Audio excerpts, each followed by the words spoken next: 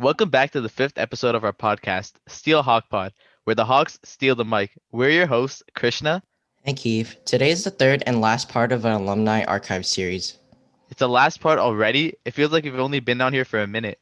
Yep, I can't believe it either. But before we begin asking questions, we just wanted to remind you about our coffee fundraiser we have with the Giving Bean right after this podcast. Yes, if you haven't already looked at the selection of coffee beans, tea, cocoa, chai, or cookies, be sure to click the link in the description where a portion of every purchase will go to our team. All right, now let's move on with the podcast. Let's welcome a former Steelhawk, Phyllis Alinsao, from the class of 2018. Can you tell us a little bit about yourself, Phyllis? Hi guys, so my name is Phyllis and I am currently a third year at the University of Michigan studying mechanical engineering. At Michigan, I'm part of an electric motorcycle design team, Spark Electric Racing, where I mostly work on our fairings and composites. Um, and then I just came back from co-op with Northrop Grumman, so I am still transitioning back into the whole Zoom university life, but I definitely am gearing my career right now towards space and defense, and I really look forward to everything I'm learning here. That's incredible. So how did you get into robotics and why did you join the team? Is there anyone who inspired you to join? Honestly, when I joined robotics my freshman year, I was just looking for activities to try out. I had never tried anything close to robotics in middle school, so it was all relatively new to me. So no one really pushed me to join, but when I met the team, I really appreciated their enthusiasm and energy towards STEM, and that really was what drew me in. I believe that was a class of 2014 seniors, and from there, I started coming to all the meetings and participating in all the recruiting events, and I really fell in love with what I was doing. I think in 2014 I was like a sixth grader, seventh grader, I don't even know. But Oh my. after being on the team for 4 years, has being a Steelhawk shaped the person you are today? And how has the team helped you get to where you are today? Absolutely. So being on the team, I learned what it was like to work extremely long hours and to push through with ideas that many people might even reject or turn down. When I was with the team, there was no such thing as a terrible idea, and we were allowed to present what we wanted and really work towards our goals with as much support from our both our mentors and other team members. And it really prepared me for my life in college because as I joined an electric design team, I had to learn how to function with others who had very different focuses. So I was working with kids who focused on aerospace, who focused on electric engineering and computer science. So you really learn to find a way to communicate with others as well as work towards your goals and understand when how to face an obstacle and as well as how to handle it.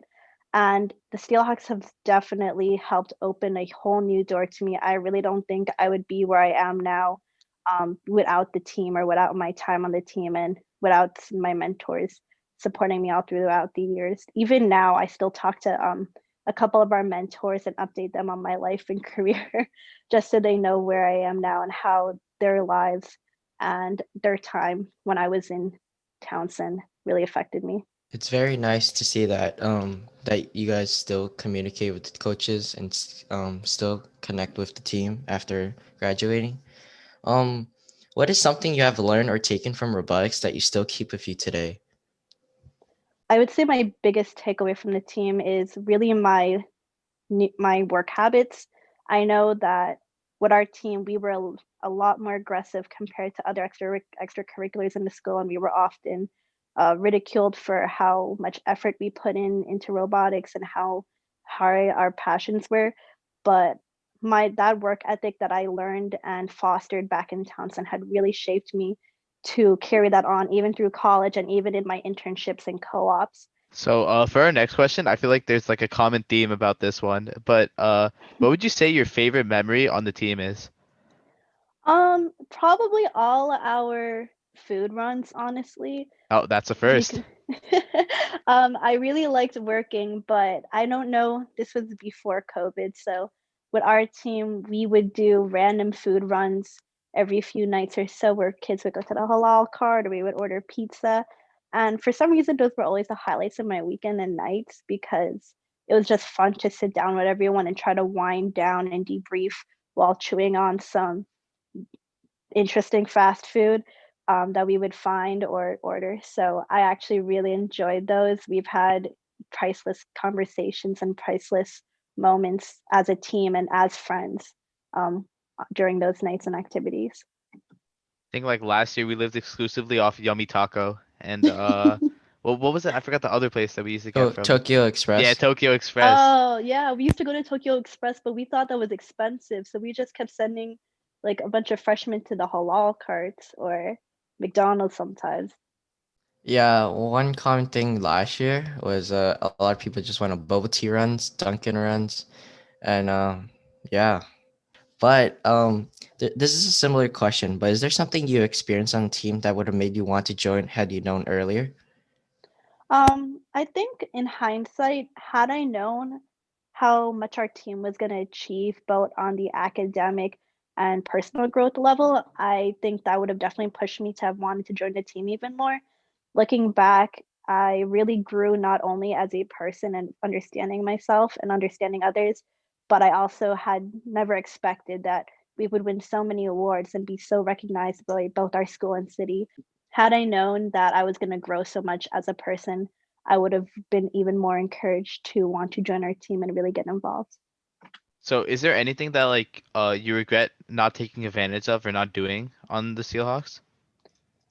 I think because I spent so much of my time in those past 4 years really dedicating myself to the team and getting to know everyone, I wish looking back that maybe we spent more time as students and as friends just getting to really know each other rather than getting to know each other through our work. I wish that because I met so many great people that we have made a little more effort just getting to know each other outside of work and outside of school because everyone that I've met was an absolutely amazing human being and student, and just getting to know some of them on the really personal level really inspired me to want to be where I am and want to have that effect on other people's lives where you're influencing them and inspiring them and changing them. Wow, that was deep. That was so, thank you, Keith. That was so that, moving. That that, was that, deep. that was inspiring, you know? What was your biggest challenge that you have faced on the team and how did you overcome it?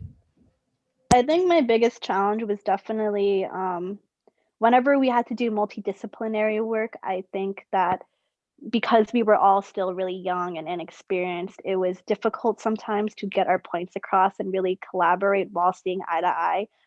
Looking back now as a college student, having worked with different companies and different students of different backgrounds, I have noticed that like working that during high school with those situations have definitely prepared me because I think that when you're in high school, you don't know too much about, you think you know everything, and then you realize when you go to college that you really didn't at all. I think in high school, you tend to be a little close minded and you don't recognize that other people have other things going on or they have their priorities not totally aligned with yours. And just you eventually learn to overcome that and learn to be better at communicating. But in high school, that was definitely a very big issue. And it took countless meetings and nights often to really overcome those obstacles. I learned a lot about my own priorities and working around other people's schedules as well, because no two people are ever completely the same, nor two groups. And you really learn how to communicate effectively as you become more involved in situations like these. Do you think as now as like a college student, like those same communication challenges, like they still exist? Like for example, like at Northrop Grumman, I think it was. Is that where you worked? Yeah, so those actually still occur to this day. When I worked at Northrop, and I can't talk about technical details because of my NDA, there were so many situations with propulsion and mechanical and electrical engineers, because since everything was so dependent on each other, the moment one group fell behind, another group was behind, and next thing we knew, we were falling behind on our launch schedule. And when that happens, the company and the customer, who tends to be the US military, is not happy at all. So, even in the industry level, that is a consistent issue. I can't express in words how frustrating it could be sometimes when engineers don't update you or tell you that a test failed So honestly, learning how to get over that in high school and learning when you know and training yourself to take initiative to tell engineers, even with positions above you, that you need help and support.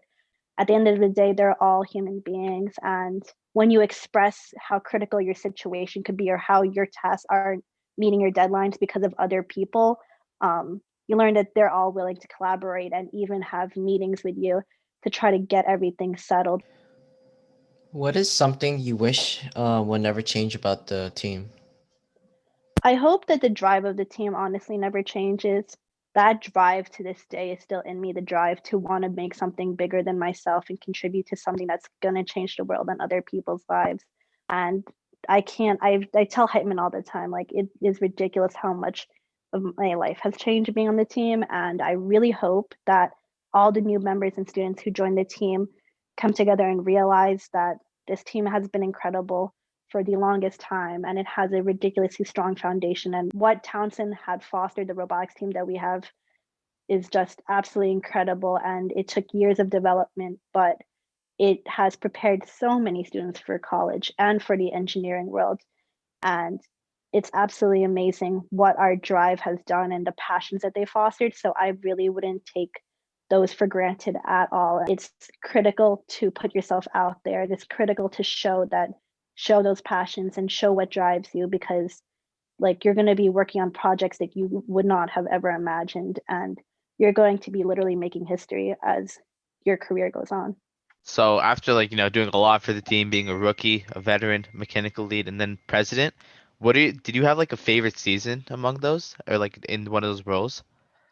I would say my favorite season was probably 2017 Steamworks, just because in general I remember that was the year when I won Dean's List finalist, and that was a great feeling, because I met so many other students from different schools, and I even met a couple of them in Michigan. As a current junior in college, do you have any plans or goals? So my next internship based in SpaceX is definitely one of my bigger goals, because I will be supporting Starship, and I've honestly always wanted to see us get to Mars. I know a lot of people think it's crazy, but I want to definitely um, contribute most of my career to those goals and pushing us to really understand what else is out there. That's definitely where my career is headed as a student and engineer. Having seen all of that, it made me want to also use my position and use the experiences I've had to help others. I think every time SpaceX has a launch or something, I think I get like a daily and nightly text from Hypeman or like announcement. He's like, guys, SpaceX is launching today. Get ready at like 9 o'clock, guys. And he's like, either they're like, oh, the launch failed or the launch succeeded. And I swear that I get Yeah. like messages like every week. Yeah, I remember when I told Heitman, he made me come to the kickoff so I could tell people, and I told him I wasn't trying to like blast it, but I guess Heitman was just happy or something. I don't know. I think But sometimes Hypeman gets more excited than you. I'm not gonna lie. I remember he's like, oh, SpaceX. Phyllis works for SpaceX. Guys, I did don't I work for mention? them yet. Hey guys, I I forgot to told mention him. Phyllis at SpaceX. So for the last question, uh, if you could give advice to any rookie on the team, what would you tell them? Or for like anyone listening right now, like based on your years of experience, what's one thing you would tell them? Honestly, don't compare yourself to anyone. I can't emphasize this enough. When I started in college, I definitely experienced what a lot of students experience, which is really bad imposter syndrome, where everyone around you is really great, which is why LinkedIn is super toxic. I will definitely warn you guys, if you've started one or if you're going to start one, like, please don't go on that app too often. Like, I've learned to really just stop caring about what others think of me, as well as just not comparing myself to other people, because everyone has a different situation and skill set. And honestly, focusing on just yourself and focusing on the bigger picture will carry you through so much. And it's not only better for your mental health, but being able to set that example for other people who are also struggling with the same situations can really mean a lot. So I would say, whether you're in high school or college or trying to get a job, especially now because the pandemic has really not made um, getting a job any easier. So it's definitely caused a lot of people to lose internships or not have as many opportunities available to them as they should be. Like, you would be surprised how much you can accomplish when you learn to remove some of that weight off your shoulders and really focus. Unfortunately, that's all the time we have for today's podcast.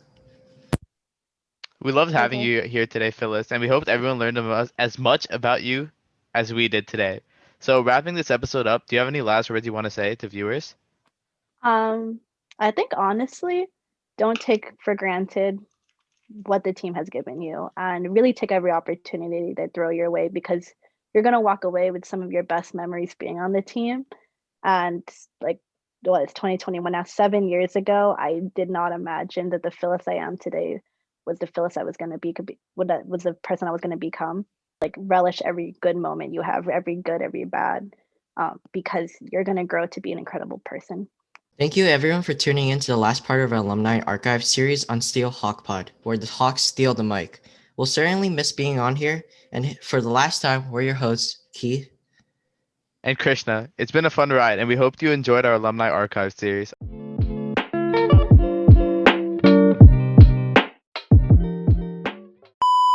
Just wanted to remind you again to our go on our coffee Nice, fundraiser. there it is. First, not even the first three, dog. Yo, can you chill?